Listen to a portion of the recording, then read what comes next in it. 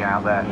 Like we saw it yesterday in the Equipe series, and we had the beautiful little Ashley NG out as well. So all of those little sort of either rebodied cars or things that we saw, those little tweaks to try and improve the performance of the competition cars. It was so good to see. We don't sort of see that to the same degree now because of the homologation process everything has to go through. Yeah, look at close to that. The 186 car is that not Steam, isn't it, that way evaporating? Yeah. Just noticed as well is that the 69 car Martin Cullen it was, until we got into traffic, all over the back of the number 4 car of Gary Pearson, the white Shelby Cobra, so keep an eye on that. And of course we know that the Ferrari red van is just behind him and Luca as well, the number 17 car.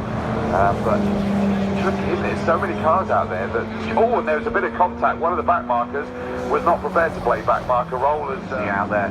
Like we saw it yesterday in the Equipe series, and we had the beautiful little Ashley NG out as well. So all of those little sort of either rebodied cars or things that we saw, those little tweaks to try and improve the performance of the competition cars. It was so good to see. We don't sort of see that to the same degree now because of the homologation process everything has to go through.